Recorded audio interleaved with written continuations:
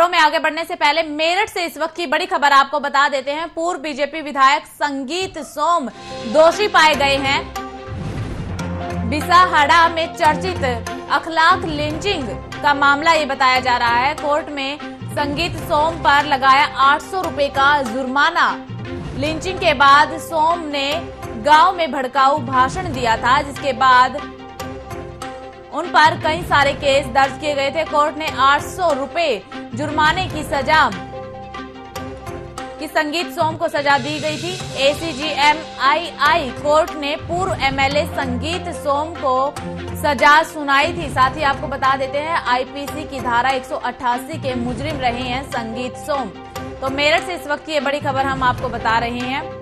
भड़काऊ बयान देने के बाद कई धाराओं में संगीत सोम को सजा सुनाई गई थी और कोर्ट ने संगीत सोम पर 800 रुपए का जुर्माना भी लगाया था। इतना ही नहीं, 800 रुपए जुर्माने के साथ साथ ACGMII कोर्ट ने ये सजा सुनाई थी। IPC की धारा 188 के मुजरिम रहे हैं, यानी कि संगीत सोम पर IPC की धारा 188 लागू की गई थी और इसी धारा के दौरान कोर्ट ने ACGMI कोर्ट ने संगीत सोम पर 800 रुपए का जुर्माना भी लगाया था। पूर्व बीजेपी के विधायक हैं संगीत सोम।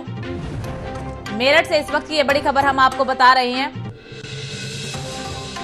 बिसाहड़ा में चर्चित अखलाक लिंचिंग का ये पूरा मामला बताया जा रहा है।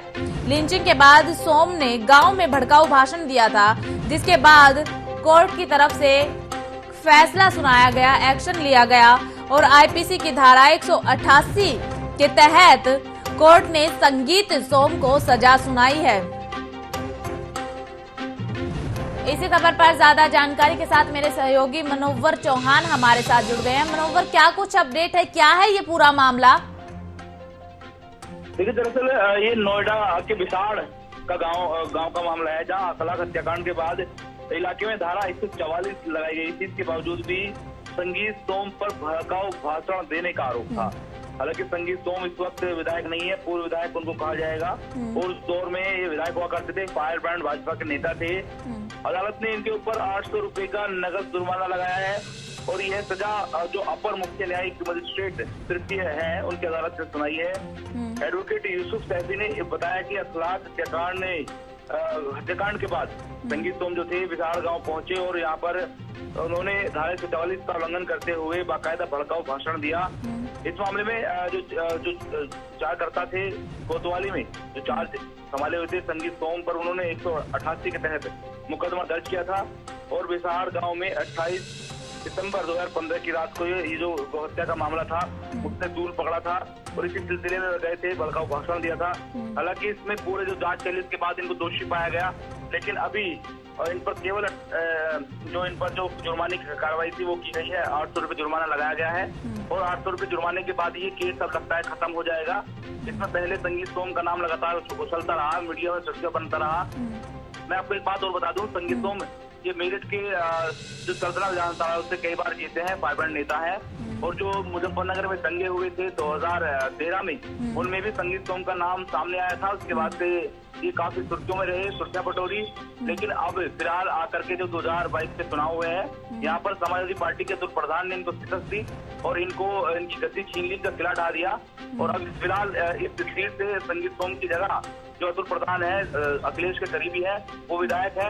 ऐसे में कहीं ना कहीं संगीत सोम का जो चार्म था लोगों के जहन में वो भी कम हुआ है और इस तरह के जो मामले थे कहीं ना कहीं इनको लेकर के लोगों के जहन में ये चीजें रहा करती थी कि संगीत सोम इस तरह के मौके ढूंढते हैं विवादित बयान देने के लिए, क्योंकि हाल ही में उन्होंने एक विवादित बयान और दिया है।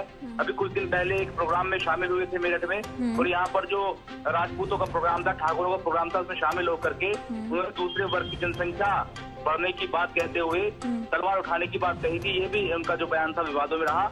हालांकि इस पर किसी तरीके का कोर्ट में कोई विवाद दायर नहीं किया गया है, लेकिन इस तरह के जो बयान है उनकी सुर्खियां बटोरते हैं और सुर्खियों के साथ साथ वो भी सुर्खियों में बने रहते हैं। जी मनोवर, जिस तरीके के आपने बातें बताई हैं कि ये विवादित बयान लगातार देते रहते हैं और एक दोषी भी पाए गए हैं, क्या ऐसे में क्या सही है 800 रुपए का जुर्माना लगाना, बस ये सजा काफी है?